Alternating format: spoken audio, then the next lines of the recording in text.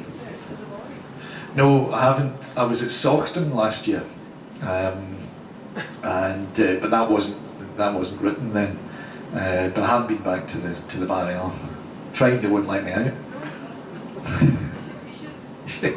Well, I'll go if they ask me, as long as they let me out. I can't spend another 10 years in the jail. I can't do it. I just can't do it. Drew.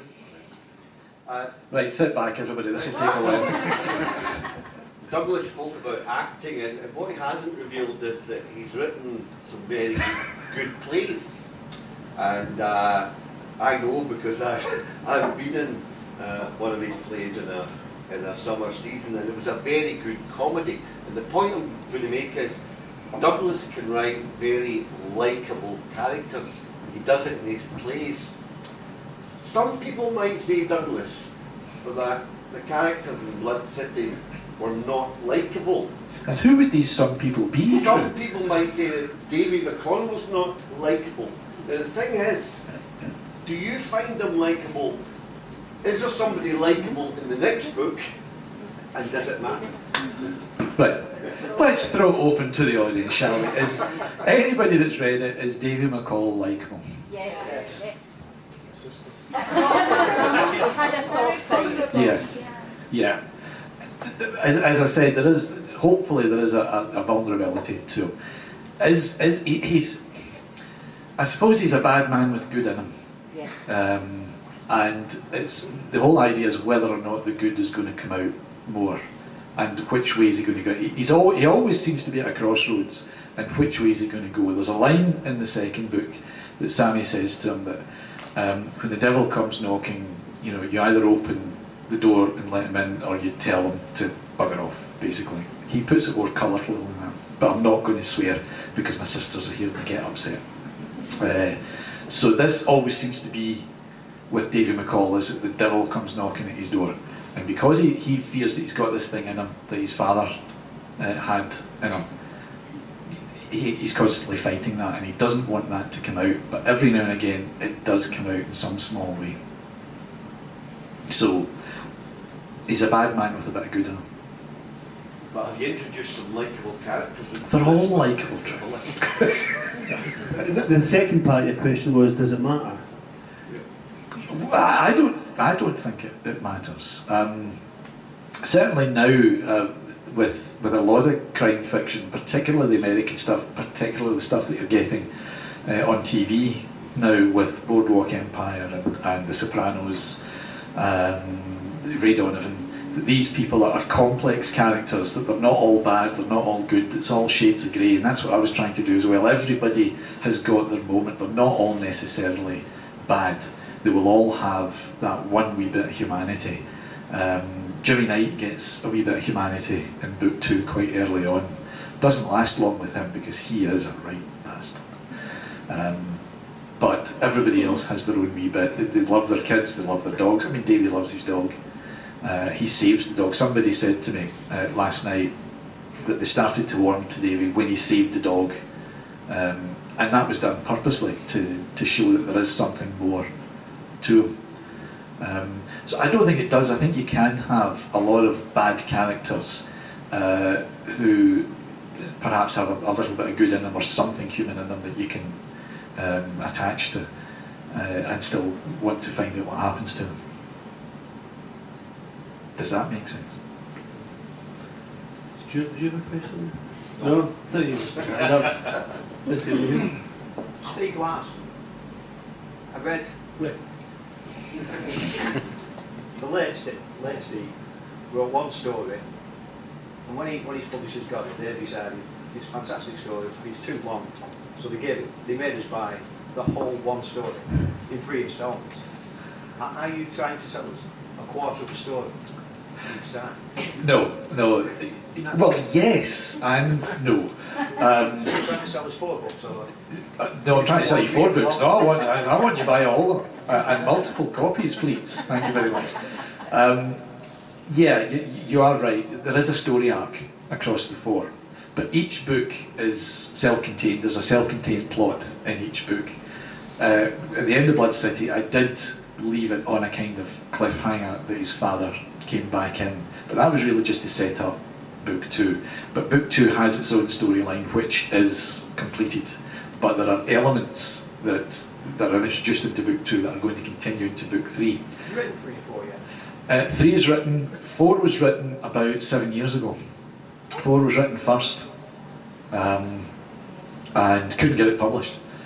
And then finally somebody said to me, look, it's good, but really, why don't you go back and show how these characters all met up and progressed? Like Star Wars. Yeah, that's right. So, except better, hopefully. So Blood City is the Phantom Menace. That's what I did. I started off with this, and it's all dovetailing towards book 4. But I will have to rewrite book 4 because I've put stuff into this that I hadn't thought about when I wrote book 4. I'm getting confused myself. So there is, as I say, there is an overall story arc, and it is about Davy and about the various characters. And but each book will have an individual story which is completed, so that I'm not cheating anybody. But I still want you to buy the next book in multiple copies. Thank you very much. Next question? I will ask a question, Yeah. just in case Yeah, you put me again. you have to ask now.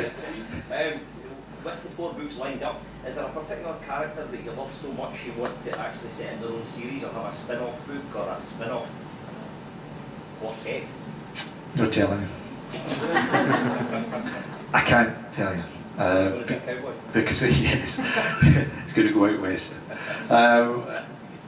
The whole idea of these books is it's the Game of Thrones approach to crime writing, and that anybody can die at any time, as the notion takes me.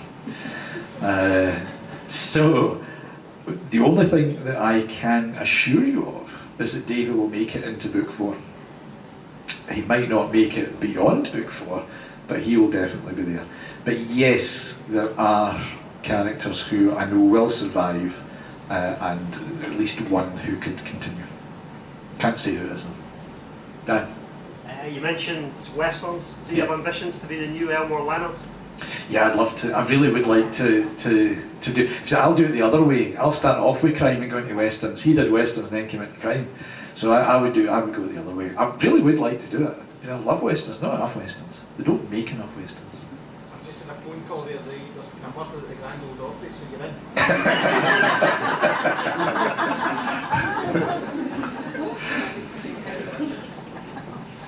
You've missed, well, everybody else has mentioned westerns quite a lot, but one of the things that you mentioned, Clint Eastwood westerns, thinking about like Fistful of Dollars or Good, Bad and the Ugly, the Morricone scores are obviously incredibly important to the way that those movies work and act as a piece. Is there anything you do as an author to try and bring that kind of beat into your writing? It's funny you should say that. Did I ask you to ask that question? Yeah, I write to film music, including Morricone. So when I'm writing, it's film music that's playing. And I do that because it hopefully brings the emotions and the beat. So if it's an action thing, piece that I'm doing, I'll have some action music playing. But generally I vary it, but it is definitely film music, including the Morricone Western soundtracks, which are just great, and I'll whistle them for you if you like. But yeah, because it's very evocative and it really puts me into the mood. And if I drove Michael up here, and if Michael hadn't been in there, I'd have been listening to film music in the car. Saying nothing. Can we have one last question? Have you got plans for literary domination outside Scotland? I'd love to. Yeah, I'd love to take over the world. I'm going to be the Scottish James Patterson and bring out a book every week. Yeah, it would be good. It would be good to actually break into the markets, even just England. I'd be happy with at the moment, or Edinburgh. No, England. Yeah, I would love to do that, but it's again, there's so many crime writers out there, and I really need to hit a few of them on the head, because there's far too many good ones. You know, there's 3 of them in this room who are at the top of the list to go. Just be careful of going down those stairs, folks. And on that note, so let's all just thank Douglas for speaking so well tonight. And the book, I'll deny I said this later, but it's a bloody good read. So put your hand together for Douglas Skelton.